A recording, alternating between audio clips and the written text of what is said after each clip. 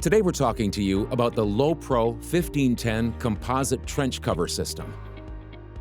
The LowPro 1510 trench cover range can cover a length of trench up to 47¼ inches wide. Before installation, you need to do a site-specific risk assessment, including measuring the trench to ensure a suitable width. Here we're using the LowPro 1510 in a driveway, which is our largest cover. The trench should be a maximum width of 36 inches. Set up a worksite perimeter with any required signage and/or safety barriers. Take the LowPro 1510 trench cover and insert the infill plate at either end. Lower the LowPro centrally over the trench and place the next one over it at both ends. Place the infill between the LowPros and secure with 2 bolts at either end.